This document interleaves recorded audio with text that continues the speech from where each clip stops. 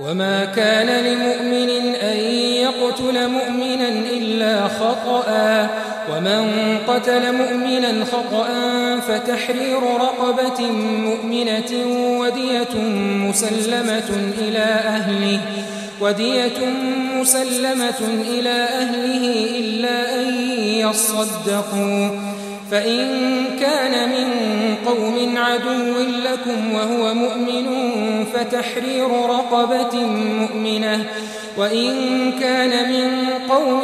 بينكم وبينهم ميثاق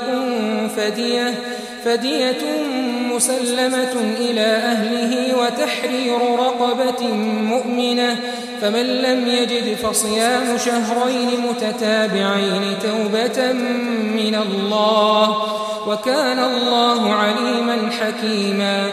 ومن يقتل مؤمنا متعمدا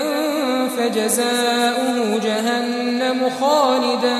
فيها وغضب الله عليه ولعنه وأعد له عذابا عظيما يا أيها الذين آمنوا إذا ضربتم في سبيل الله فتبينوا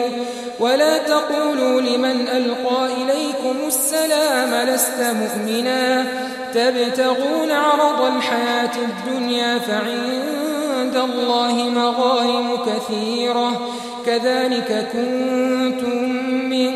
قبل فمن الله عليكم فتبينوا إن الله كان بما تعملون خبيرا لا يستوي القاعدون من المؤمنين غير أولي الضرر والمجاهدون في سبيل الله بأموالهم وأنفسهم فضل الله المجاهدين بأموالهم وأنفسهم على القاعدين درجة وكلا وعد الله الحسنى وفضل الله المجاهدين على القاعدين أجرا عظيما درجات منه ومغفرة ورحمة وكان الله غفورا رحيما